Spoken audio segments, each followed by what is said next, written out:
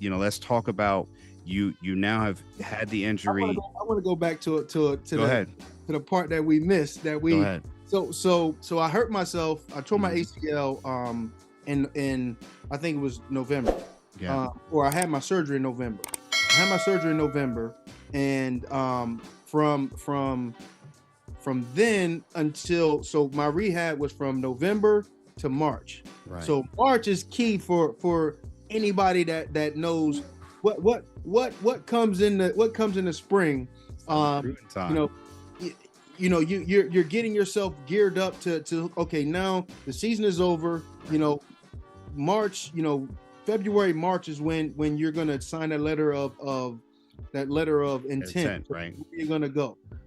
So from that time, I've so when I hurt my knee, probably six, maybe not even 6 weeks, probably about 3 weeks later, West Virginia came calling. I mean, bunch of schools, Notre Dame, Tennessee. They've been filled. The scholarships have been filled. We heard that you got injured. We're sorry to hear that, but those scholarships have been filled already. So good luck in your journey.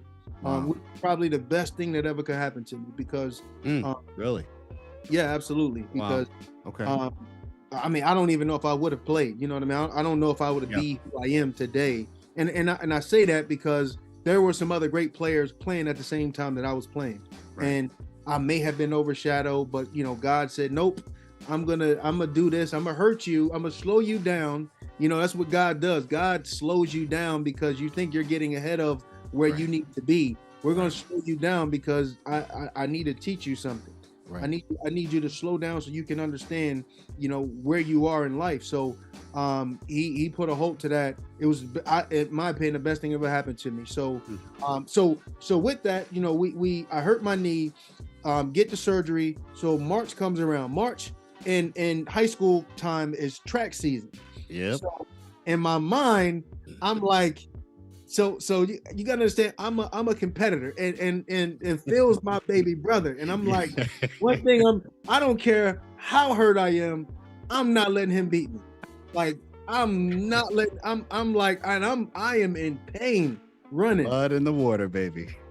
Like, so and it was and we're gonna go to the one race. I can't remember what team it was, but Rancocas Valley, RV, Rancocas Valley. Was it RV? He's been winning for us, so like, what?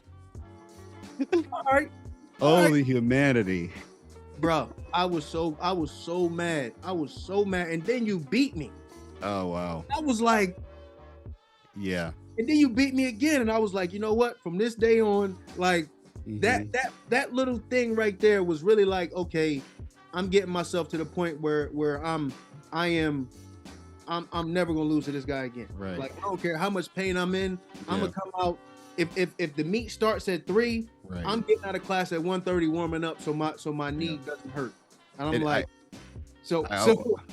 yeah, I want to tell people too as well. Even though I looked up to him, and when he left that void of, now I'm the leading competitor, you might say, yeah, I was that because he wasn't there, but opportunity comes. And one thing he did highlight on was that when he left, I filled in that void and I became the top dominant, guy at the school for running and track and things like that. So I wasn't going to let an opportunity open up.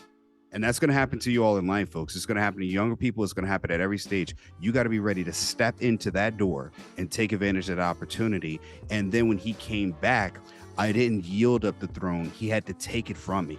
And I was committed to letting him know that I was here now. And, it wasn't about beating him. It was about showing him that I earned a spot, and he could come back, and he had to take it away from me. It was true rivalry, true competitiveness, but brotherly in all respects of the matter. So that is something of a mindset that we're sitting here laughing about this years later.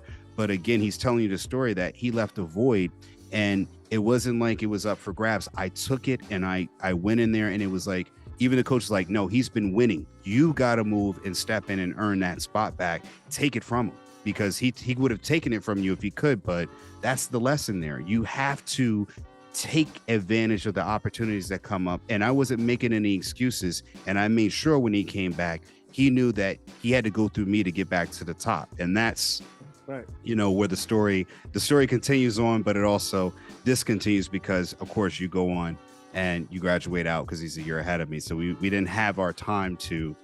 The story could have been a lot different. So, you know, let's move into the, you know, because I don't want the audience to be like, oh, these are just two old folks talking here. To, you know, let's get to the exciting part. We're at our field. Yes, 200 meters. No, it was actually the 100 meters. Really? I think I don't. So you beat me. You beat me twice. You beat me in the 100 and the 200 that day. And it was folks, like, I want you to listen to that. Okay, just let you know, I beat an NFL player. All right, I'm something to mess with here. I'm selling land now. We're talking land, but right. Yeah, he was a deal. So I mean, for me, you know, we was running. You know, we were running in different. You know, I was getting myself back because there was so much pain when you hit you put the pressure on it. You know, it was just like, okay, I wasn't ready. So then, you know, that time came where I'm like, okay, you know, I'm gonna compete. I'm going to compete, and you know, it's time to go. And only thing in my mind is, and Phil has been running the entire time, and he's the man. Like, I'm Scottie Pippen right now. Jordan's out. So he's the man. He's been running the show, and you know, winning races and doing this thing. So it comes time for me to step up and go play. Jordan is coming back, and now, you know, if you know anything about track, there's lanes. There's lane. You know, there you want to be in the middle of the track. I don't know why, but that's what they said. I never really understood it, but I'm like, I know I need to be in the middle. Yeah. So, and we didn't have. What do we have? Like a 6 lane? Yeah. Was it 6? 6 or 8? Yeah. So I don't think it was 8. It might have been 6. Okay. So let's just say it was 8. It doesn't matter. Yeah. So lane 1 you don't want to run in because it's right next to the infield. Yeah. They got like a little thing there. Then the second lane, so how it works is, you know, it's either us, them, or them, us. I can't remember how it was, but me and Phil would never run together. It would always be them in the middle, and then us on one side, us on the other. So I think we only had like a 6-lane track. Yeah. So we had a 6-lane track. So you got to think, you know, so us, them, us. So that one right there, that third lane is the key lane you want to. The third or the fourth lane, we're not gonna be in the fourth because that's gonna be them. Right. And then the 5th lane is, and then we got the 6th lane is right next to the gate. So you don't want to be by the gate. You know what I mean? Right. So this is where it really, like, once he beat me in this race, I said, this is never gonna happen again. I am. So what happened was he didn't want to get out of my lane, even though he was running and winning. I should have been like, you know what, you the man. Let me get out of it. I'm like, no. So I took his blocks and threw him like, get your ass out of here. No, this is my lane. And then he's like, no, you get out of my lane. Yeah. The coach came down and was like, Avon. Right. So you leave out of here. You leave me, high school guy, behind. And now you get a scholarship to West Virginia University. If anybody doesn't know, it's obviously in West Virginia, United States, for our international listeners. And I see you on ESPN or Saturday Football televised, you know, and now you're this megastar. You have become, you end up beating the leading running back at the time who left to the league earlier, Amos Irway. And you become considered one of the greatest running backs in all of West Virginia history. From there, and I'm just going to orate a little bit because I know it's like, oh, he's talking about himself, this guy. No, I'm going to tell you how great he was.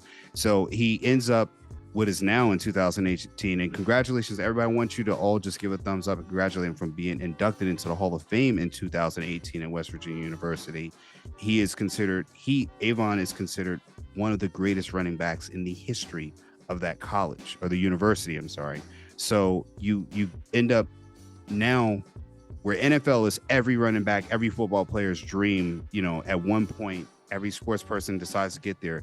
You actually get a taste. That door opens for you. So again, remember, success, adversity, overcome, success, and more. I know you had injuries in there, but the ultimate door opens up that every football player who has that dream opens up for you, and then you get into the NFL, correct?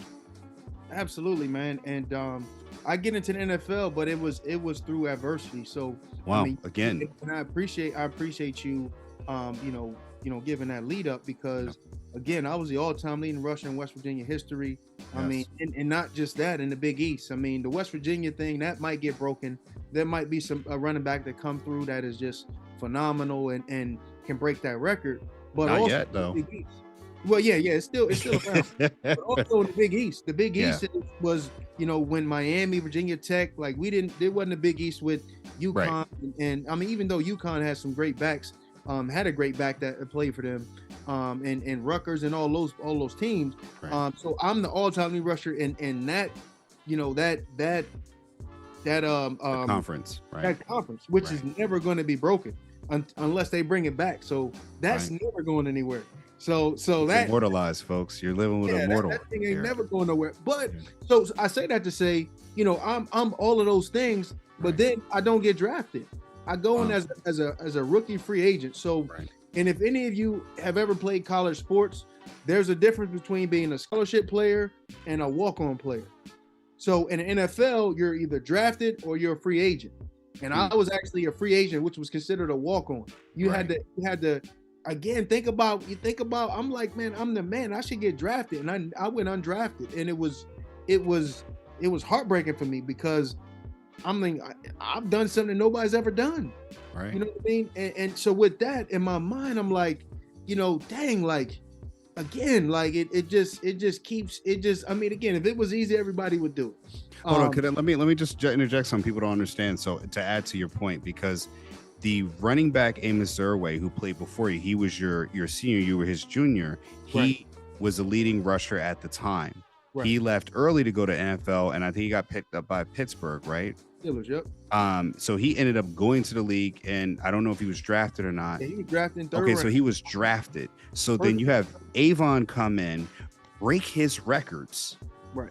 and you have records in the whole conference, and then you go in and you're undrafted. So it's not just he didn't get undrafted, but you went to the league. No, you broke the guy who got drafted, his records, or broke his record, all-time rushing records. And then you don't get drafted. Please continue. Like just think about success, and then it hits you again. It's like the ACL all over again, in a way. Absolutely. In a way it was. And from there, that's when, the mindset kicks in, like, look, Right. all right, this is what it is.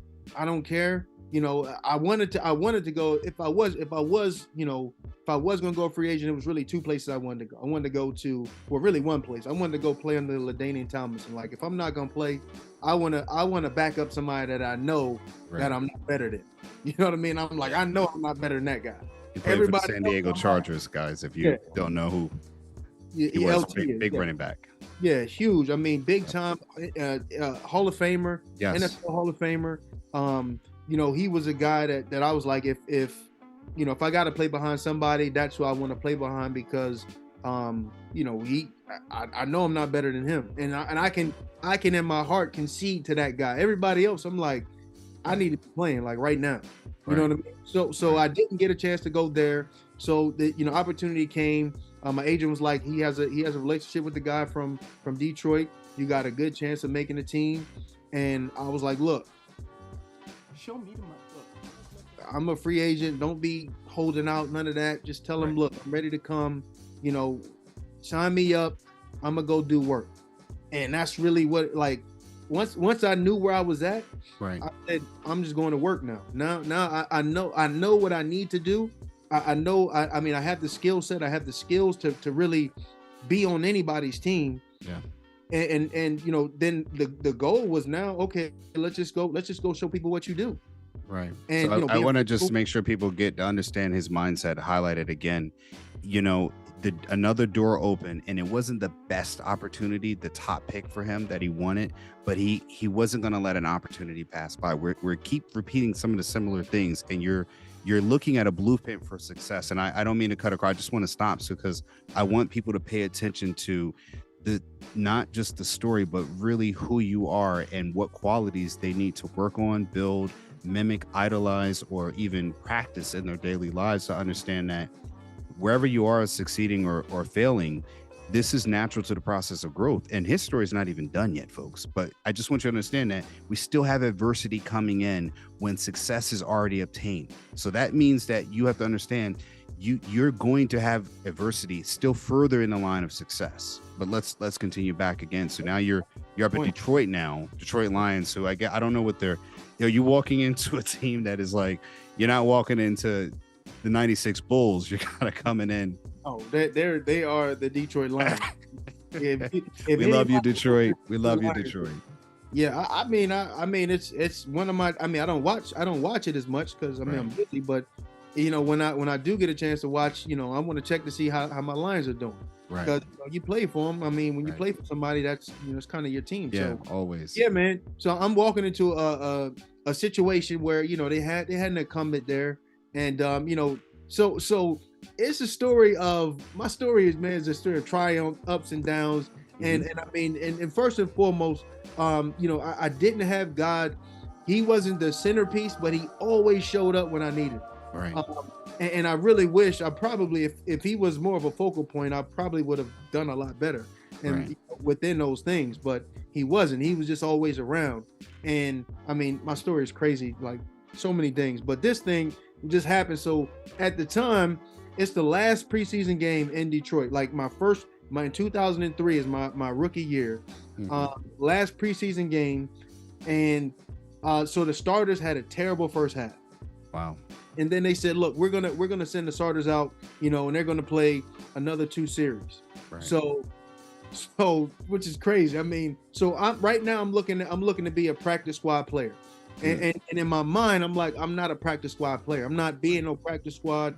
And it's kind of the story of like when you think something, and this is a jewel. Drop whatever your thing is.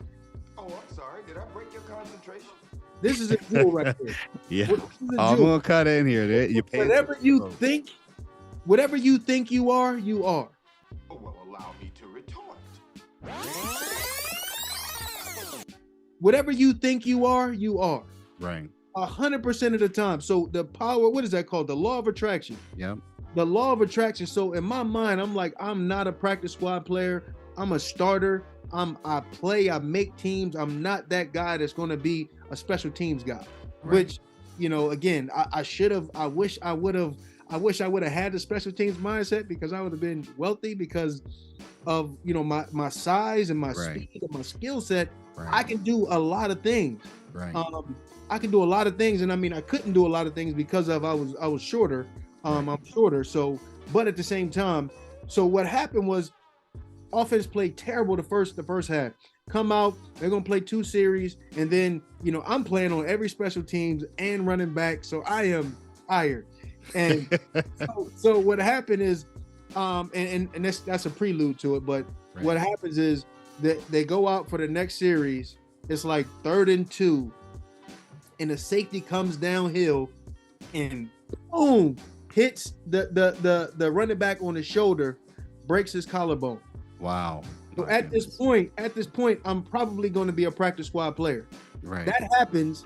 Now they're like, boom. A guy out here hollering my name. He's got to make the roster now.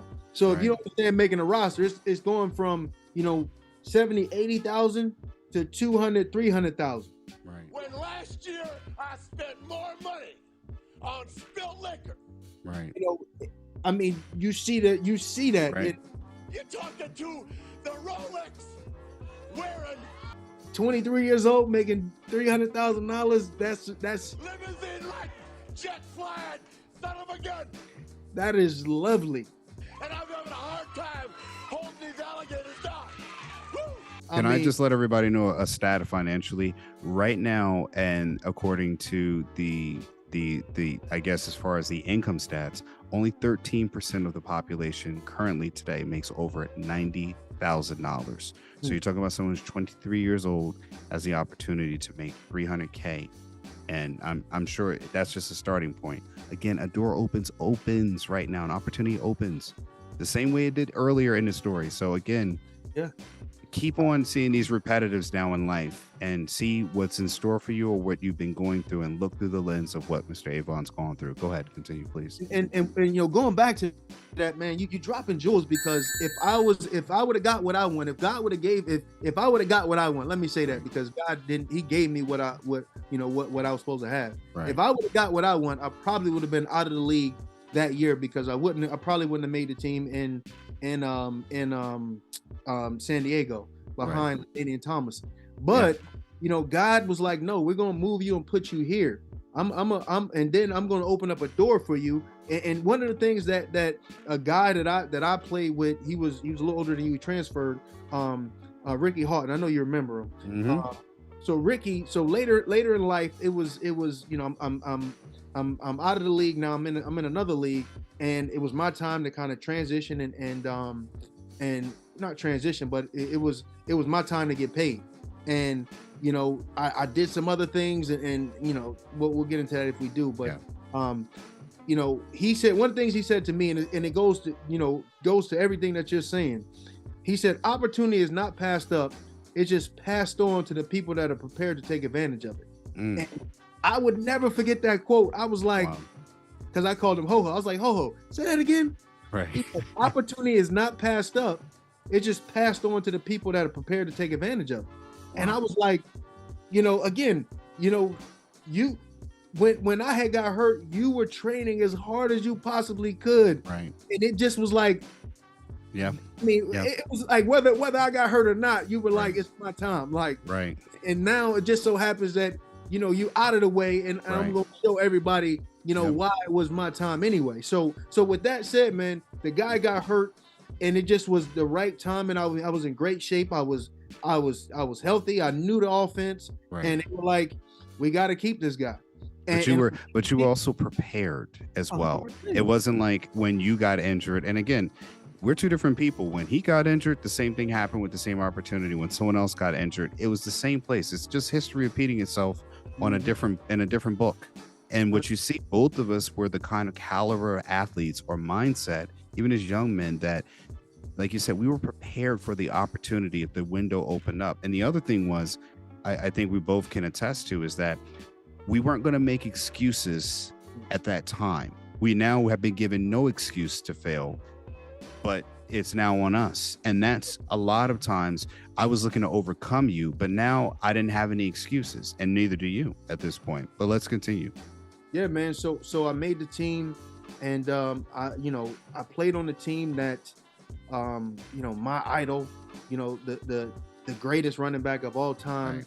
You know, I ran out of the same tunnel he ran out of. Barry Sanders, folks. And so here's a jewel. Right. What do you do? Drop it. I'll do my own edit. So I'm editing for you. So here's what? Cool, guys. So once that happened, I made it. Right.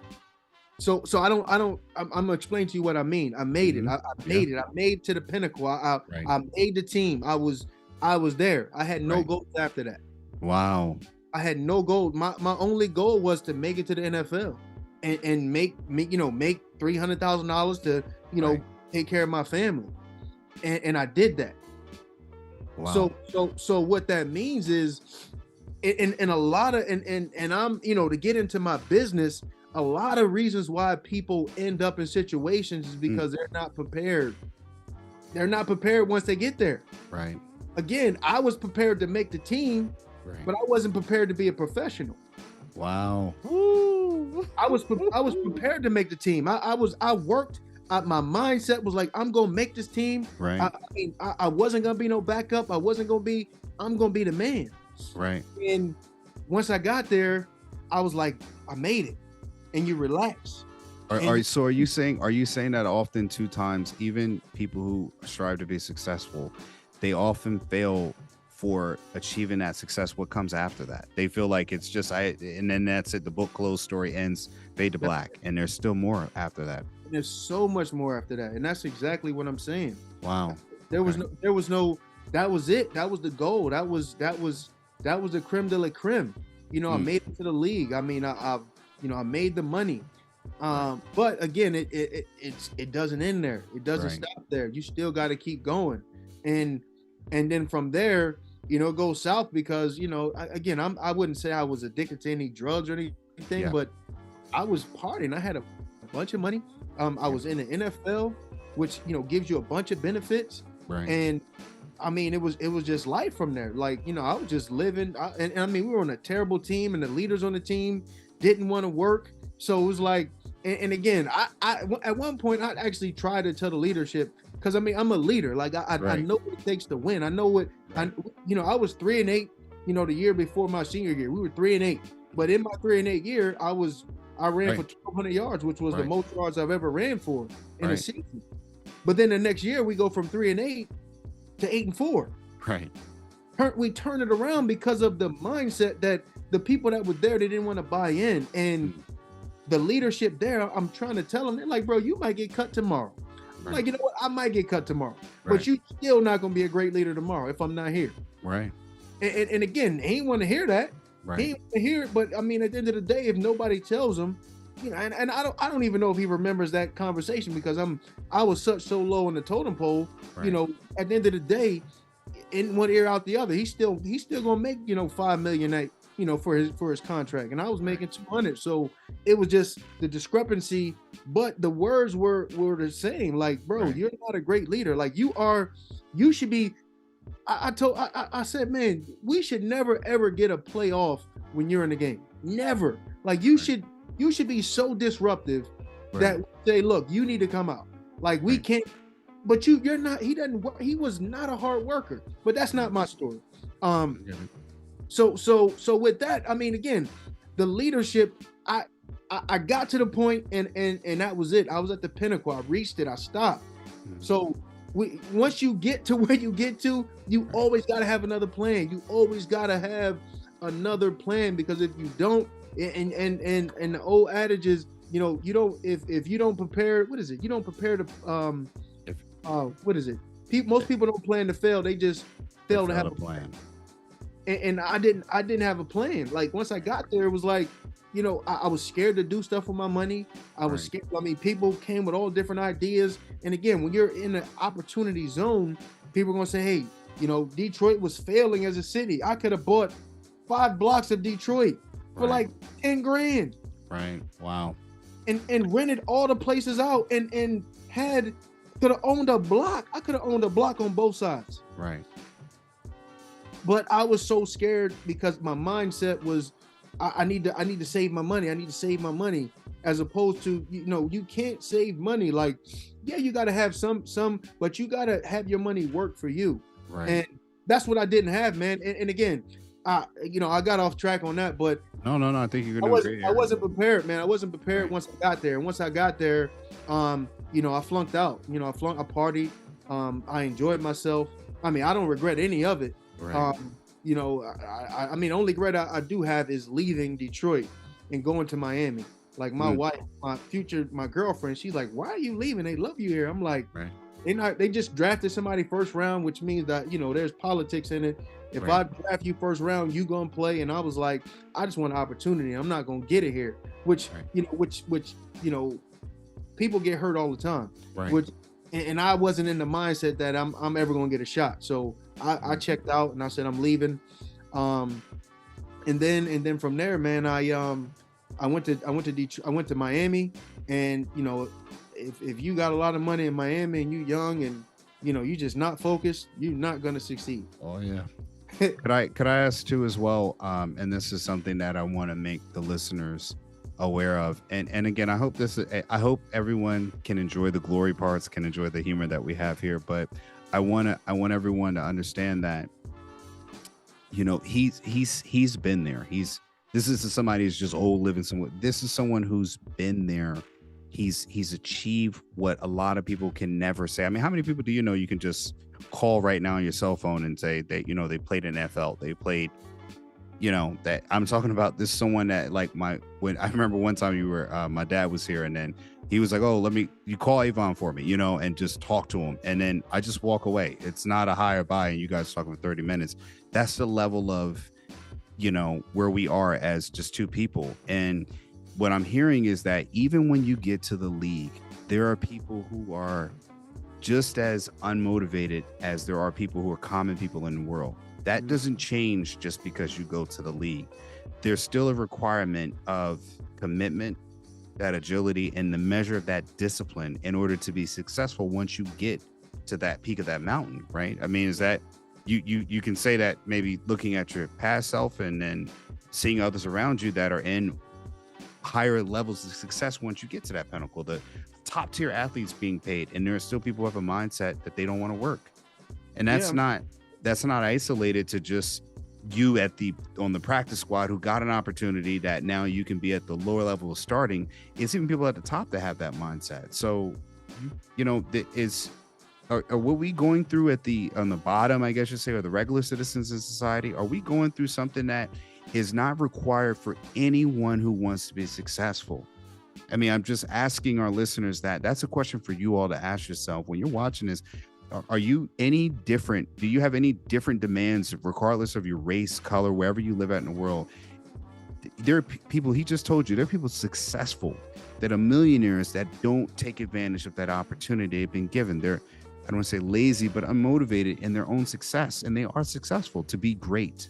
So you're not alone or unique in your ability or your requirements to be successful in life. They're all the same demands. And I hope that wakes people up through what Mr. Avon's saying here and about his experiences of being in the league, talking to someone who makes millions of dollars and he's making 300,000. It's apples to oranges. You know, it's insane. I'm so glad that you always I'm glad that you were always who you were, no matter how high you made it, because that's what you would have done even when we were in high school. That's the kind of person he was. When the team wasn't playing it well, you could see him rah, get your stuff in line, whatever else, getting people up, and people woke up like, whoa. And now you're talking to a person who's a giant, and then the only thing they're holding over you is that they make $5 million or more. And they're looking at you as like, our pay gap is what delineates from you talking to me, but he still had the same requirement. I'm going to let you go back on that, but I just want people to really understand that, because you're getting wowed into who he is and his journey. But I want you to understand something, that we're talking about the journey of success, the measure of discipline of what it took for him to have all what you see behind him, to be on this show, to be a person I look up to. I mean, I bring people here that I look up to, folks. And, you know, I'm talking to someone who's a Hall of Famer in his, you know, university, someone who's been to the pros, we have so much more to talk about. And you're hearing the story of adversity, over triumph, overcoming. It doesn't stop. So, you know, I just wanted you go to Miami. Yeah, but I want to go back, because there was a pivotal point in my life that I was in college, and I came back I don't know, after the season, I guess. And I came to your house, and your dad said something to me. And I didn't realize it was your dad that said that to me, but I knew, I mean, it was an uncle. He was an uncle to me. So right. I'm like, an uncle took me outside one day and told me something that really changed my life. Like, it really, like, to be like, this is when you talk discipline, when you said discipline, it just awakened that. So this is my freshman year. After I was off for a year, and we're going all the way back to college now. My freshman year going, we're competing. I'm getting ready to compete for the starting job in the spring. And, I came home before, and then it's probably the winter time or something like that. And, and this is when Phil talked about us eating spaghetti together. And the first time I ever put a cover on top of my spaghetti, your dad was adamant about that. Julius, put the damn cover on it. Put something on top of that. I was like, again, I was on them fly ass women that Chancellor was talking about. I mean, so far, I only seen some stuck up, nerdy ass looking women out.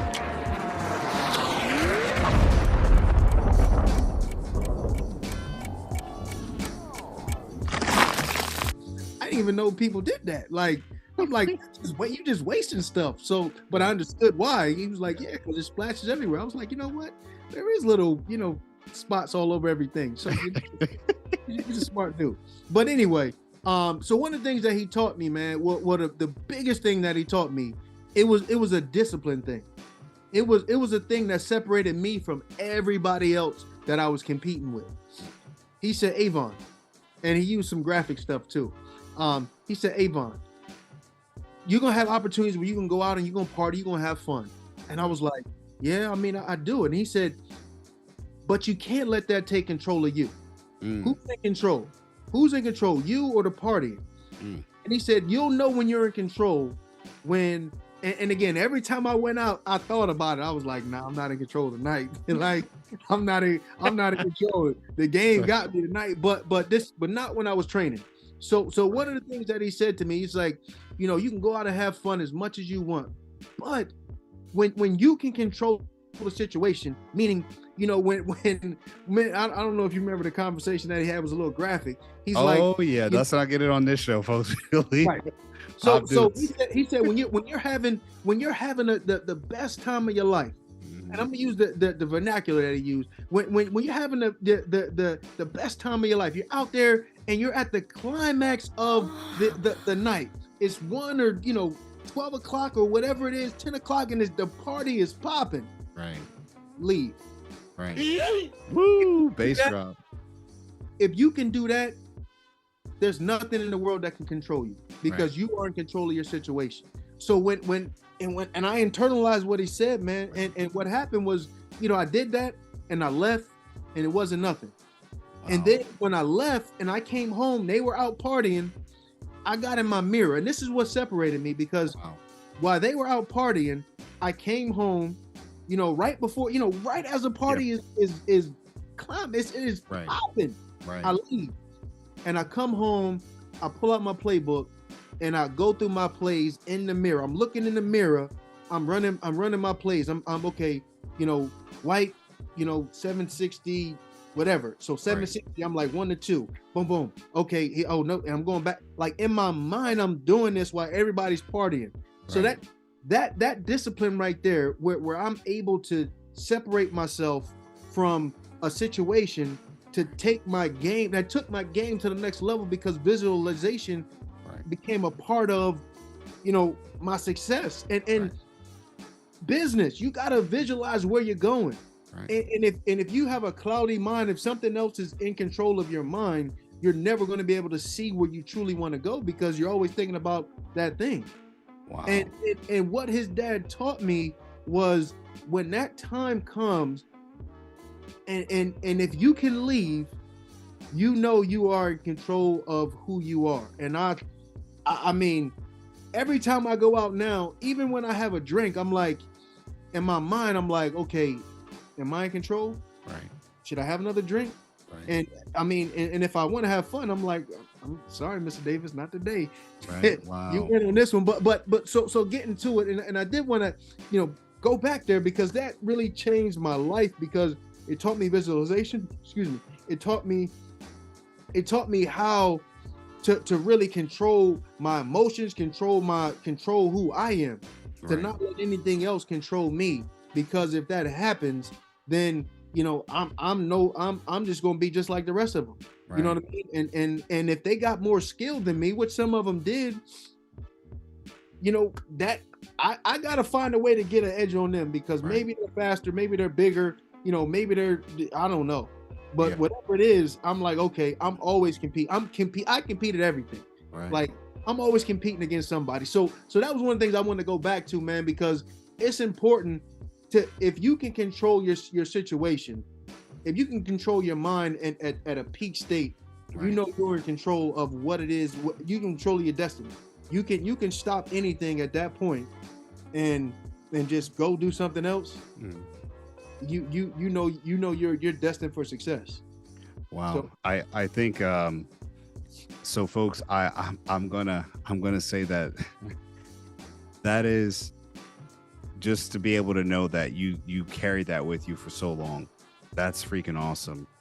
Folks, I want to tell everybody to make sure you like, share, subscribe on this video, comment. We're putting out heavy hitting content here, folks. We're talking land ownership. We're talking mindset. We're talking stories, lessons, gems, knowledge that we're laying down track work of pathways of things that you can learn about people who are successful. Success leaves clues, right? They say that all the time. And you're seeing it right here. You're seeing someone talking about the weaving of our journeys together that never stopped. It doesn't stop. It's here now. And I want to just let you all know something is that we're talking about high school. I'm 41. I think you're in your early 40s too as well. Yeah. And this is almost 30 years ago. So, and 30 years later, the resources, the people who are in your network, they really do reflect who you are and the level of success, So I want to let everybody know that, Ancestry Lands is here not just for real estate. We're talking other things that are mindset, and we want to expand that into a bigger universe for everyone. And we're going to leave clues of success. You got to pay attention. You got to comment. You got to be engaged with this and understand that. Mr. Avon, thank you so much for coming on the show and just talking a little bit about your legacy. We're going to have him back, folks. We're not going to give it all to you today. No, we're not. And we're going to bring back other topics, add on. We're going to continue this journey too as well. Thank you so much for coming on the show, and we'd love to have you back. Appreciate you, man. And again, man, we got a little long-winded, telling these stories, and it's been a blessing, man. I love getting it off my chest. And again, my wife, she look out for the book the one he should have wrote. My husband should have wrote, right? The book my husband should have wrote. Right. But again, man, it's been a blessing, man. And you family, man. Yeah, definitely. I appreciate you called me like, hey, bro, don't just tell me where, bro. Yeah, right. Don't do that again. Yeah, I asked. Listen, folks. The story goes real quick before I go. I know I said Ancestry Lands, but I called him and was like, "Hey, I want to have you on the podcast." He's like, "Yes, that's it." I'm like, "Okay, does that mean yes, you'll do it?" I always need a little bit more. He's like, "Yo, you already just heard me say it. Like, just get me there." That's the level, right? But again, folks, Ancestry Lands is here to stay. Phil Davis, we're signing out.